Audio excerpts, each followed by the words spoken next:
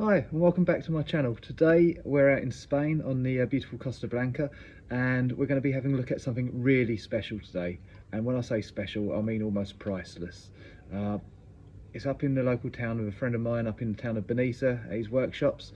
Let's head up there and let's have a look. Let's get kitted up. Few manufacturers evoke as much passion and excitement as MV Agusta. Founded in 1945 by Count Domenico Agusta near Milan.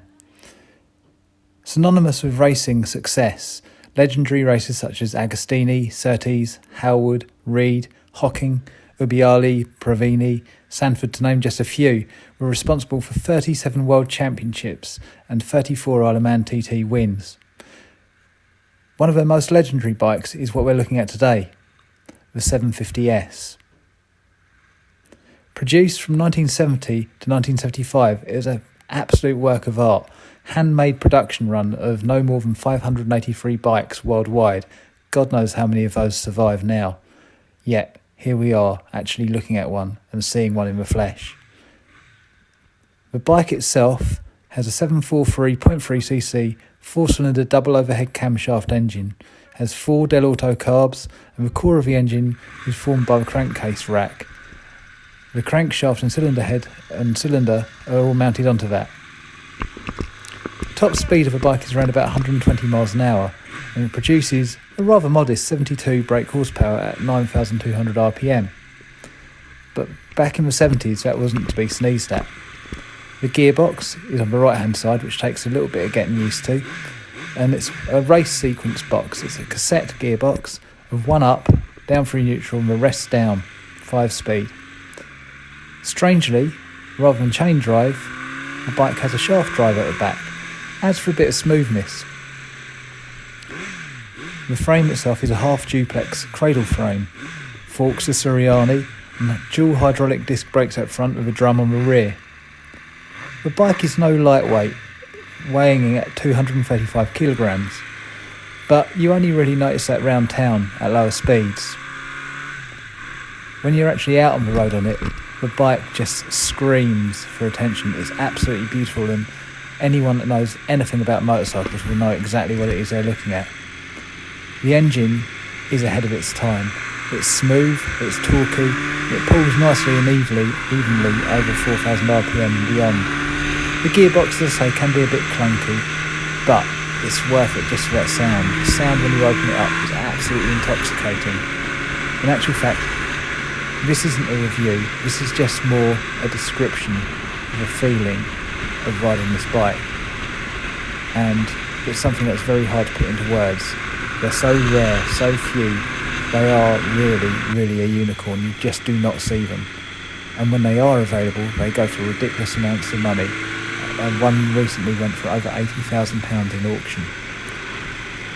Luckily a friend of mine has got one, and he was kind enough to let me ride it. All I can say is it was a dream come true, and I understand why my dad used to go on about these bikes so much. Truly is a work of art and a wonder to ride.